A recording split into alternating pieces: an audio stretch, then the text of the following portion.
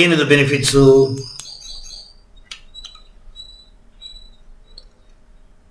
ಈ ಆಧುನಿಕ ಲೋಕದಲ್ಲಿ ಸಾಧಾರಣ ಎಲ್ಲರಿಗೂ ಮನೆ ಕೆಲಸ ಮಾಡೋ ಗೃಹಿಣಿಯರಿಂದ ಹಿಡಿದು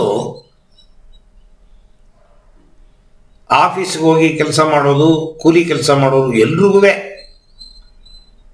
ಕೆಲಸ ಅಂತ ಉದ್ದಿಮೆ ಅಂತ ತಗೊಂಡು ಮಾಡೋರು ಪ್ರತಿಯೊಬ್ಬರಿಗೂ ಒತ್ತಡ, ಮಾನಸಿಕ ಒತ್ತಡ.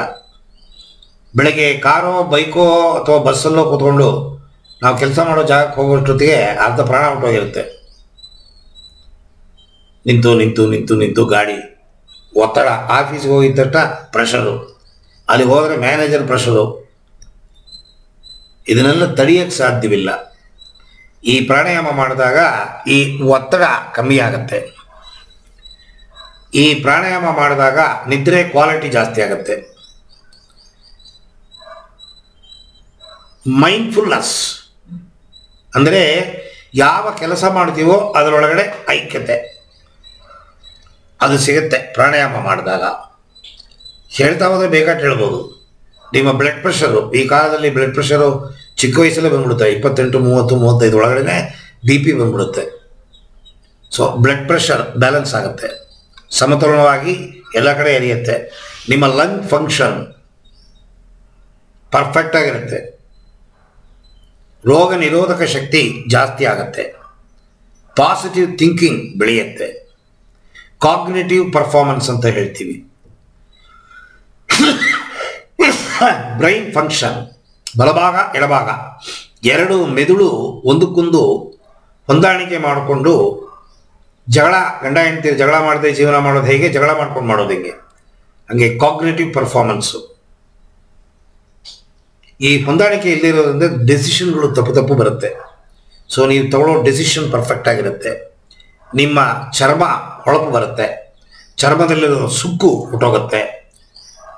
ನಿಮ್ಮ ಸೆಲ್ಲುಗಳ ಆಯುಷು ಜಾಸ್ತಿ ಆಗುತ್ತೆ.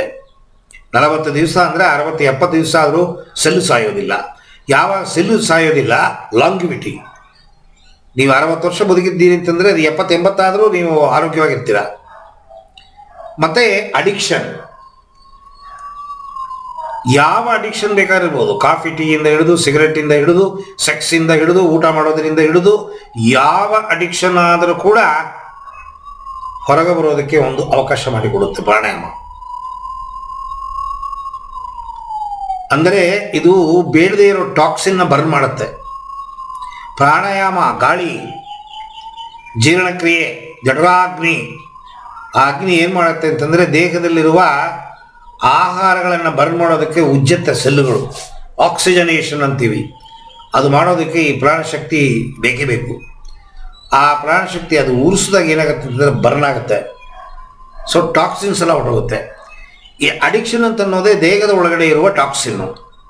ಅದು ಇತ್ತು ಅಂದರೆ ಕ್ರೇವಿಂಗ್ಸು, ಕಾಫಿ ಕುಡಿಬೇಕು, ಟೀ ಕುಡಿಬೇಕು, ಎಣ್ಣೆ ಹೊಡಿಬೇಕು, ಸಿಗರೆಟ್ ಸೇದಬೇಕು, ಡ್ರಗ್ಸ್ ತಗೋಬೇಕು, ಏನೋ ಒಂದು ಅಡಿಕ್ಷನು. ಅದು ದೇಹದಲ್ಲಿ ಬ್ಲಡ್ಡಲ್ಲಿ ಇರುತ್ತೆ. ಅದು ನಮ್ಮನ್ನು ತಗೋ ಅನ್ನತ್ತೆ ಮೈಂಡಿಗೆ ಹೋದಾಗ. ಅದನ್ನು ಬರ್ನ್ ಮಾಡುತ್ತೆ. ಇದು ಓವರಾಲ್ ನಿಮ್ಮ ಹೆಲ್ತ್ ಮೈಂಟೈನ್ ಆಗುತ್ತೆ. ಮತ್ತು ಯಾವಾಗ ಮೈಂಡ್ ಪ್ಯೂರಿಫೈ ಆಗುತ್ತೆ, ಬ್ಲಡ್ ಪ್ಯೂರ್ ಆಗಿದ್ದರೆ ಮೈಂಡ್ ಪ್ಯೂರು. ಬ್ಲಡ್ ಪ್ಯೂರಿಫೈ ಆದ ಮೇಲೆ ನಿಮ್ಮ ಮೈಂಡ್ ಪ್ಯೂರ್ ಥಾಟ್ಸ್ ಬರುತ್ತೆ. ಪ್ಯೂರ್ ಥಾಟ್ಸ್ ಬಂದಾಗ you develop godly quality. So ಅದರಿಂದ ಈ ಪ್ರಾಣಾಯಾಮವನ್ನು ಒಂದು ಅಂಗವಾಗಿ ನಮ್ಮ ಪತಂಜಲಿ ಮುನಿಗಳು ಇದನ್ನು ಸೇರಿಸಿದ್ದಾರೆ.